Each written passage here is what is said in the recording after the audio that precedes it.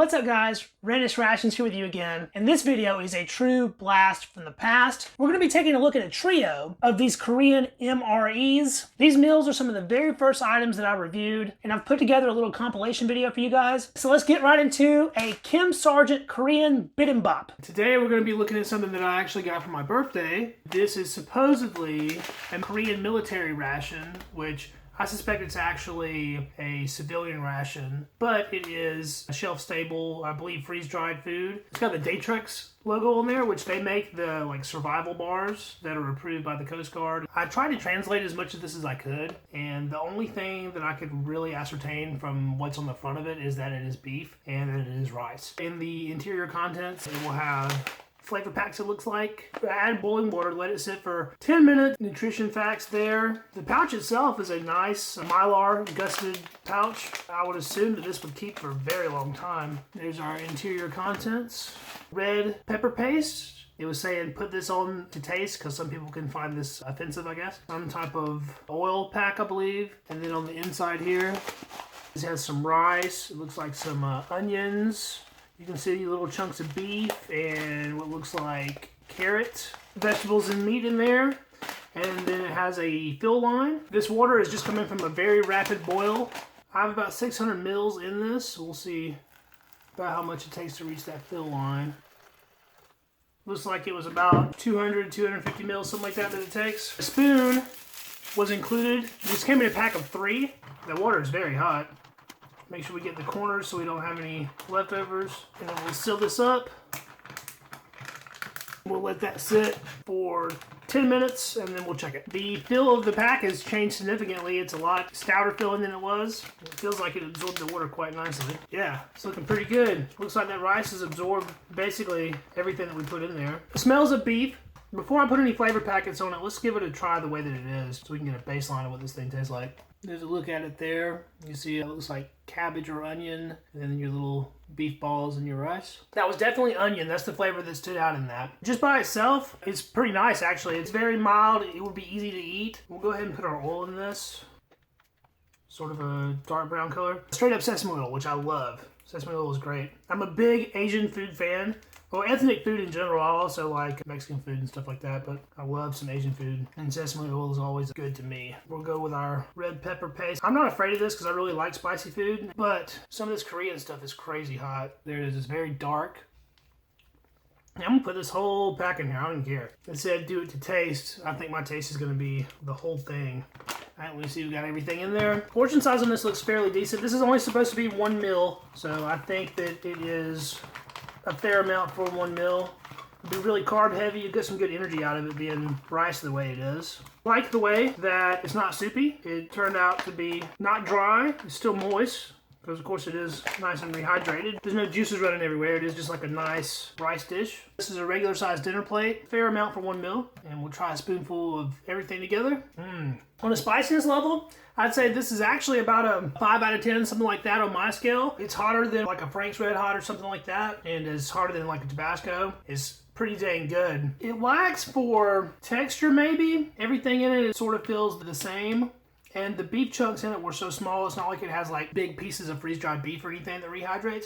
But the flavor on this thing is really good, especially if you do like Asian style food because the sesame oil is quite pungent. I actually think it is stronger flavored than the pepper sauce is though, but the pepper paste is imparting that really good spiciness to it, which I love. If you were going to add something to this, I think a fried egg over the top of this would be really good for breakfast. You probably want some kind of vegetable with it, like maybe some avocado on the side or something like that would be pretty good to maybe offsets a little bit of that heat if you're not really into that kind of thing. And I'm going to enjoy eating all of this. That was the Kim Sargent beef and rice, what they are calling a military ration. We're going to be looking at another one of these Korean freeze-dried meals. Korean military MRE ramen soup. Now, this is not actually a military product. This is a civilian product, but they are advertised as being a military product. As you can see on this picture here, there's like some kind of prawn and some squid, and there's some peppers, so maybe it's a little spicy. See, like a mussel. So this is a seafood ramen. It also shows it in a bowl, sort of soupy. I'm guessing this is probably not going going to absorb all the water that you put into it. So it will be eaten less like a pasta and more like a soup, I'm assuming anyway. I guess we'll find out when we actually get into it. I tried to translate this, and if anything came through well, you'll be seeing those now. Basically, what it looks like is you open it up, fill it to the fill line, stir it, and then you zip it up and let it sit for 5 to 7 minutes to reconstitute, and then it's good to go. And then I attempted to translate some of this ingredients list down here. Nothing was really translating too well on that, but I did see that it had, of course, wheat flour, and it had various seafood products, and it had some warnings for may contain peanuts and things of that nature on it. It's got a little Ziploc in there. It's a mix of ramen and rice, which is kind of cool. It has this little bag here in it. This will be our flavor packet, I'm guessing. That's what it looks like in Korean. And then I'll try to translate this. But yeah, so all that I can really see in this bag right now is the ramen and then what looks like rice. I don't see any chunks of any vegetables or anything. Oh, there might be a little something down in there. It looks like a piece of a mussel or something. I don't know. We'll find out here in just a second when our water gets boiled. I got that up to the fill line. We're going to reseal this for a second. I'm going to let those noodles get a little bit soft first. I didn't mention earlier, but it did come with a spork, and this spork is like pretty good actually. It's very sturdy. Feels like good construction. It's been about a minute. Our noodles are starting to slump in there. There's some stuff coming through now. I can see some shrimp in there, greenery of some sort, probably some kind of seaweed. Rice does look like freeze-dried rice. This stuff right here is a very thick red. There it is, a little bit of it on the spork. It has distinct seafood flavor, a little bit fishy, but not bad at all. It's nice and salty, so that's really going to impart a lot of flavor to this dish itself. And it's actually quite spicy. Not as spicy, I would say, as the rice one was, but it does have a nice little heat level to it. The pack feels like it's got some heft to it now. It's still got a fair bit of liquid in it, but everything does feel like it's rehydrated and not at all crunchy. It's still pretty hot though, so I think I'm going to give it like another minute and see if it absorbs any more liquid first before we try to eat it. Pour this out. It definitely absorbed a fair amount of it. There's not much liquid in it, but there is a little bit. There's the inside of the bag there. Got pretty much everything out of it. Something a little weird about this is I've never really had rice and noodles mixed together on purpose. Like it happens by accident when you're like, you know, eating Chinese food and stuff. In a dish combined into one, I'd say that's pretty uncommon for rice and noodles to be together. Here's a really good up close look at it. Give this a smell right quick, see what if I can pick up any aromas. Just a bit of a fishiness. In here I can see some pepper there, and there's some onion. There's a little shrimp.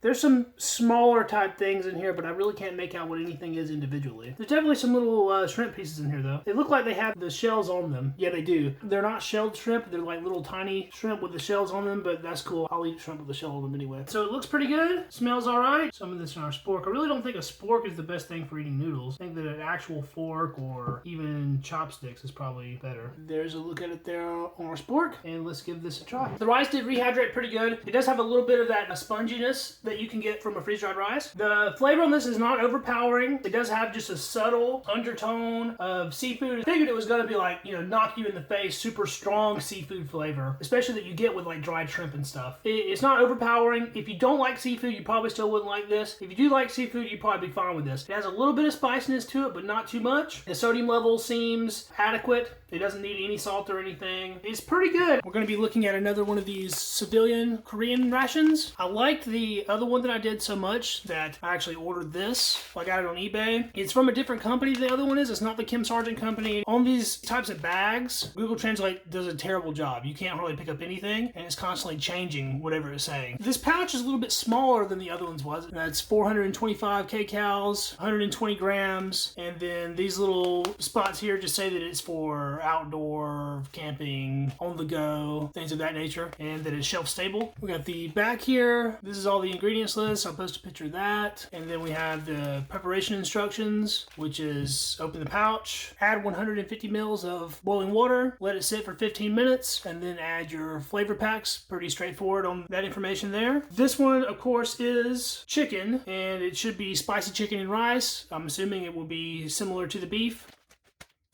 Seems to be the same kind of nice Mylar bag with a zipper in it. There's your spicy chili sauce. This is a do not eat. We're not going to eat that. And this will be sesame oil, 1.8 milliliters. And this was 25 grams of the chili sauce. In the pouch here, you can see these. Let's taste one of these and see what they are. I believe those are going to be your bits of chicken. And then we can see various other things in here. We got what looks like some type of spring onion or green onions. We definitely have some red chili peppers in there.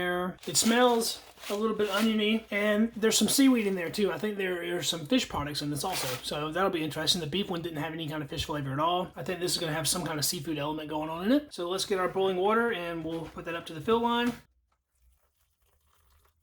This didn't include a spoon like the other one did, so we're going to use a MRE spoon for this one. And we're going to stir it, making sure to pay attention to the corners. As soon as the water hit it, I got a waft of seaweed smell, so this might taste quite a bit like seafood. Then we will seal this up and let that sit for the 15 minutes as instructed. While that's sitting, we'll see if we can actually translate anything on this pack. So we're just using Google Translate, Korean to English. Well, it's Mr. Source, Chicken Mr. So yeah, it's pretty useless. Chicken Mr. Source. There's some stuff on there about Pakistan and Ethiopia. That's pretty interesting. The translate pretty much sucks. I believe it's been long enough for us to take a look. Check it out, see what it's doing. Looks like it's absorbed all the liquid, basically. Yeah, it doesn't look soupy at all. Definitely smells of seaweed. We'll do the oil first. And then we'll do our chili sauce.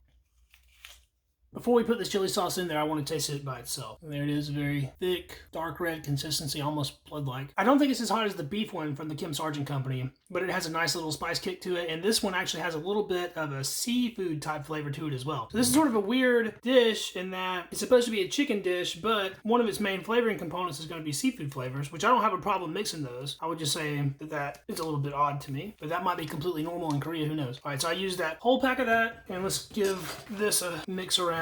Get it all mixed in there real good. It almost feels like it could use another little splash of water just to loosen it up a little bit.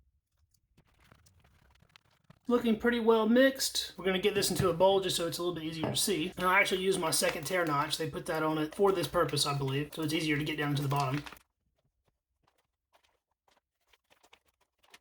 I can see some of these things rehydrated into carrot. I really couldn't notice that when they were in the dehydrated state, but it certainly has some orange carrot in it. So we got basically everything out of there. This actually ended up being a pretty nice portion for how small the pouch was. It filled my bowl up pretty much to the top. I'll give it one quick stir to finish mixing all that sauce in. Those chicken pieces are still pretty small, so I don't know how well they rehydrated. They might still be crunchy, but the rice looks like it did a really good job. All right, let's go ahead and get a nice taste of this. We got some onion, some seaweed, some carrot, some chicken, a little bit of everything in this bite. I'll get one more bite right quick. The spice is there. It's actually quite nice. The addition of actual chili peppers in the mix itself, like dehydrated chili peppers, definitely added another level to what kind of heat you're getting. Now, I'm still finding this chicken a little weird. Chicken, I think it might be a soy product, and that's why it looks so weird in like this little crescent shape. And that is most certainly not chicken. That is some type of soy product, or maybe even a vegetable of some sort. I don't see any chunks of chicken in this at all. Maybe it just has chicken flavor of some sort. I don't really pick up on that at all though. This just tastes like a seafood dish to me. It tastes like seaweed, which is not bad at all. I think it's not advertised correctly. I would call this like spicy seaweed rice or something like that. I think a lot of people with an American palate might have a problem with this. It being significantly spicy mixed with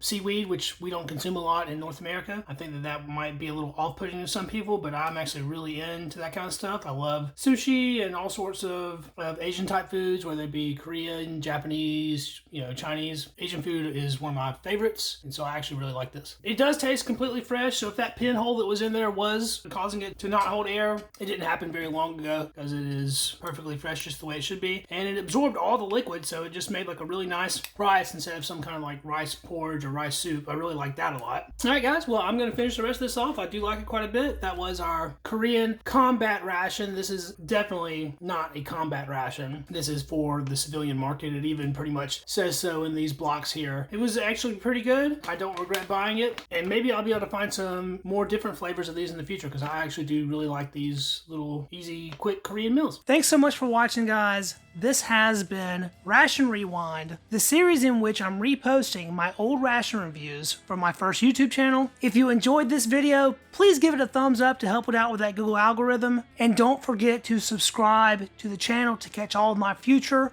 ration content. This is the one-stop shop for MRE related content, old and new, foreign and domestic, military and commercial. We do it all here on Readiness Rations. Be sure to drop me a comment and check out my social links down in the description of this video, and I will be back with a new video for you guys next week. Until then, I will catch you in the next video.